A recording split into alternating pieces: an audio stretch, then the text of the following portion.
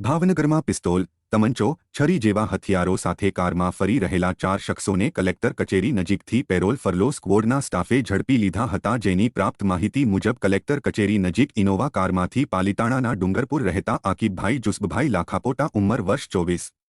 સાવરકુંડલાના વીજપડી રહેતા ઇનાયતભાઈ ફિરોજભાઈ ચૌહાણ ઉંમર વર્ષ 24, મહુવાના નીપ ગામે રહેતા સમીરભાઈ મોહમ્મદભાઈ બુકેરા અને સાવરકુંડલામાં રહેતા સાજિદભાઈ ઇસ્માઇલભાઈ જીરુકા ઉંમર વર્ષ 32 સહિતના 4 યુવાનોને 2 પિસ્તોલ, 1 તમંચો, 12 કારતૂસ અને 3 છરી સાથે ઝડપી લીધા હતા।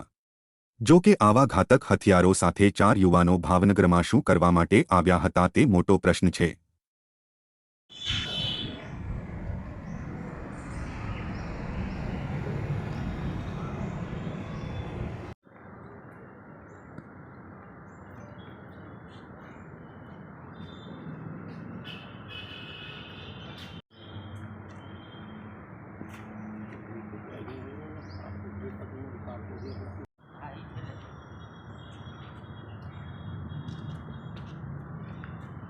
तू ले ले भाई, तू ले ले।